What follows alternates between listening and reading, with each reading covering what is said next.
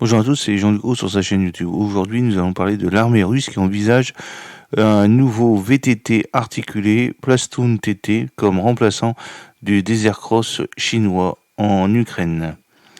Lors du salon Army 2024, la société russe Platoon a présenté son nouveau véhicule tout-terrain articulé, l'ATV Platoon TT.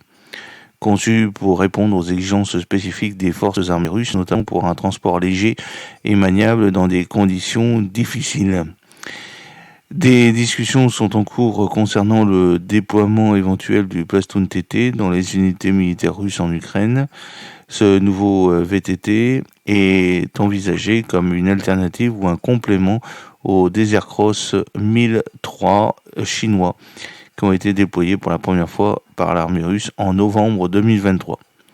Ce nouveau VTT Platoon TT est envisagé comme une alternative ou un complément au Desert Cross 1003 chinois qui ont été déployés pour la première fois par l'armée russe en novembre 2023. À la mi-novembre 2023, les forces armées russes avaient intégré 537 véhicules Desert Cross avec des plans pour porter ce nombre à 1590 d'ici mars 2024. Le besoin de véhicules supplémentaires a conduit à envisager le Platoon TT comme une option de production nationale, d'autant que les drones FPV ukrainiens semblent avoir développé un appétit particulier pour les VTT Desert Cross. Le développement du Platoon TT fait partie d'une extension de la gamme de produits existantes de Platoon, qui comprend la famille de véhicules à chenilles polyvalents Platoon SN, qui comprend une nouvelle variante de guerre électronique. L'objectif principal du projet Platoon TT était de créer un véhicule capable de transporter du personnel, des marchandises et des équipements spécialisés sur des terrains à faible capacité portante, comme ceux que l'on retrouve en Ukraine. La conception repose sur des composants nationaux avec des éléments clés tels que le moteur, la transmission et les essieux provenant de véhicules de fabrication russe, tandis que d'autres pièces ont été spécifiquement développées pour ce modèle. Le moteur, la boîte de vitesse et la boîte de transfert proviennent de la série Lada Niva, en particulier des modèles Niva Legend et Niva Travel. Les essieux proviennent du véhicule Gazelle, avec des arbres de transmission fournis par l'usine automobile Uhlens-Knox UAZ.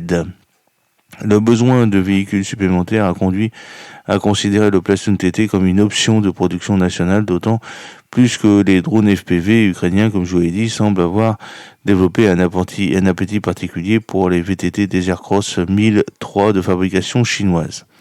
Le prototype du Platoon TT est actuellement testé sur route et hors route dans l'une des régions de Russie avec la participation de spécialistes civils et militaires. Les rapports indiquent que le véhicule a répondu aux attentes sans aucun problème majeur identifié. Le quad est doté d'un châssis articulé construit à partir de tubes en acier inoxydable composé de deux sections reliées par une charnière qui permet au Platoon TT de manœuvrer dans des espaces restreints et de naviguer sur des terrains difficiles.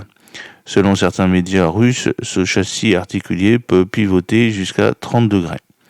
Le véhicule est équipé d'un moteur à essence 1,6 litre BPR 1100-146 cm3, associé à une boîte de vitesse manuelle VAZ 21-213 à 5 vitesses, située dans la moitié avant du châssis, qui abrite également une cabine à 2 places. Le moteur délivre une puissance de 57,4 kW, c'est-à-dire 75 chevaux, et un couple de 116 Nm, permettant une vitesse maximale de 100 km/h et une autonomie de 400 km. La transmission comprend une boîte de transfert VAZ 21-213 avec réducteur et blocage à différentiel interessieux, ainsi qu'un essieu arrière gaz 3302 avec différentiel autobloquant. Le VTT est doté d'un cadre articulé construit à partir de tubes en acier inoxydable composé de deux sections reliées par une charnière qui permet au Platoon TT de manœuvrer dans des espaces restreints et de naviguer sur des terrains difficiles. La partie arrière du châssis comprend un deuxième essieu relié par un arbre à cardan et une carrosserie plate conçue pour transporter des marchandises et des passagers. Le véhicule peut transporter jusqu'à 1 tonne de marchandises et accueillir 6 à 8 passagers ou 2 blessés alités avec un accompagnateur. La carrosserie arrière est équipée de banquettes sur les côtés, d'un siège avant supplémentaire et d'un côté arrière rabattable pour faciliter le chargement. Le Plastone TT a un poids à vide de 1850 kg qui passe à 2850 kg en pleine charge. La carrosserie et le châssis du véhicule sont construits à partir de tôles d'aluminium de 2 mm d'épaisseur renforcés par des tubes en acier inoxydable de 32 mm de diamètre et d'une épaisseur de paroi de 2,5 mm. Les dimensions du véhicule comprennent une longueur de 5,15 mètres et une largeur de 1,99 mètres, une hauteur de 2,1 mètres, une garde au sol de 280 mm et il y a un empattement de 3,3 mètres avec des voies de 1,46 mètres à l'avant et de 1,65 mètres à l'arrière. Le Plastone TT peut transporter jusqu'à 1 tonne de marchandises et accueillir 6 à 8 passagers ou 2 blessés alités avec un accompagnateur. Le système de suspension du Plastone TT est composé de ressorts à double lame provenant du gaz Gazelle ainsi que d'amortisseurs à torsion hydraulique. Le système de freinage utilise des composants soudés à partir de 2 disques provenant du gaz Gazelle. Le véhicule est équipé d'une batterie de 75 ampères-heure et d'un générateur de 8 kW qui peut être un modèle Bosch ou Zenith 2. Le Plastone TT est également équipé d'une transmission intégrale permanente qui assure la traction sur les 4 roues. Le système de direction est basé sur les composants de la gaz Gazelle et l'habitacle du véhicule peut être configuré pour accueillir de 2 à 10 sièges selon la modification spécifique.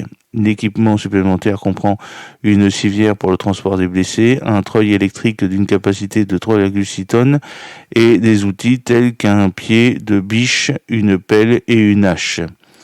L'équipement supplémentaire comprend une civière pour le transport des blessés, le treuil électrique d'une capacité de 3,6 tonnes et des outils tels qu'un pied de biche, une pelle et une hache. Selon plusieurs sources russes, Plastone se prépare à la production en série du Plastone TT. Des équipements de production seraient capables de fabriquer jusqu'à 20 véhicules par mois.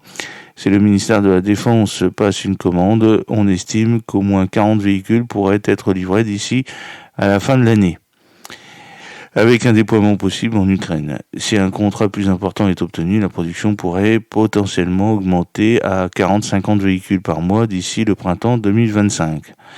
Un accord formel devrait être conclu prochainement, ce qui lancerait la production en série du véhicule. Bien que le Plastone TT ne dispose pas de protection structurelle intégrée ni de support d'armes standard, son utilisation prévue dans des rôles autres que ceux de première ligne suggère que ces caractéristiques ne sont pas immédiatement nécessaires. Cependant, comme le véhicule tout-terrain Desert Cross de fabrication chinoise, il pourrait potentiellement être utilisé par les unités d'assaut russes lors d'opérations futures contre les positions ukrainiennes. Les installations de production donc seraient capables de produire jusqu'à 20 Plastone TT par mois. Si le ministère de la Défense russe passe une commande, on estime qu'au moins 40 véhicules pourraient être livrés d'ici la fin de l'année avec un déploiement possible en Ukraine. J'espère que cette petite vidéo vous a plu. N'oubliez pas de cliquer sur le pouce pour la promouvoir, de vous abonner si ce n'est pas encore fait et de partager cette vidéo sur vos réseaux sociaux. À très bientôt, fidèlement, Jean-Luc Roux.